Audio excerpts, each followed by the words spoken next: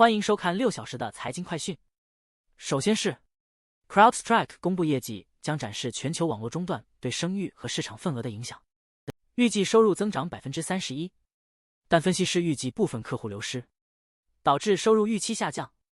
将削弱与客户谈判和赢得新交易的能力。尽管如此，由于客户转向提供综合网络安全解决方案的大型供应商以降低成本，公司股票仍上涨 5% 以上。接下来这条，京东宣布了一项新的50亿美元股票回购计划，在未来36个月内回购股票。此举旨在缓解投资者对中国零售市场疲软的担忧。京东此前于今年3月宣布了30亿美元的回购计划，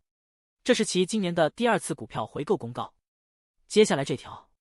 对 NVIDIA 股份一直持看涨态度的投资公司认为，这是一项极佳的投资。其股价在过去5年中上涨了 2900% 以上。随着公司持续取得亮眼业绩，预计其第2季度收益将表现出色。下面这条，辉瑞制药推出直面消费者的网站 Pthor4All， 旨在帮助患者更快获得偏头痛治疗和新冠、流感等呼吸病毒的疫苗和治疗。患者可以通过网站直接预约医生，获得客服支持，从而简化医疗流程。下面这条，礼来公司宣布，在其畅销减肥药 Zepbound 上市不到1年后，将下调价格。下面这条，消费者信心指数虽有微升，但美国人对劳动力市场前景担忧加剧。7月失业率升至 4.3%， 是近3年来最高水平。8月，认为就业充足的消费者比例从 33.4% 降至 32.8%。接下来，因遭卖空机构报告指控会计舞弊，数据中心服务器供应商超微公司 SMCI 股价周二下跌约 2%。下一条，英特尔董事谭利普在与 CEO 吉尔辛格和其他董事因公司臃肿的人力、规避风险的文化和落后的 AI 战略存在分歧后突然辞职。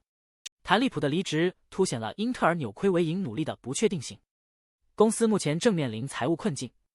可能会受到激进股东的攻击。下一条，美国股权期权市场交易员预计，全球人工智能芯片巨头 NVIDIA 即将公布的收益报告将引发其股价超过3000亿美元的波动。期权定价显示，交易员预计该公司的股价在周四公布收益后将变动约 9.8%， 这一幅度高于过去3年 NVIDIA 任何收益公布前的预期变动，并远高于同期该股票收益后变动的平均值 8.1%。 下一条， Meta 关闭 Spark 平台，专注于人工智能和元宇宙领域，第三方 AR 效果将在1月14日后移除。下面这条，今年5月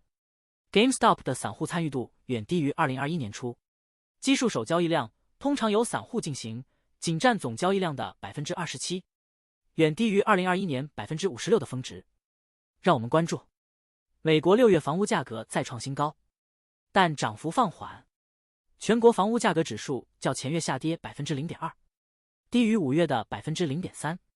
年增长 5.4%， 低于5月的 5.9%。 20个主要城市房屋价格指数较前月下涨 0.4%， 年增长 6.5%。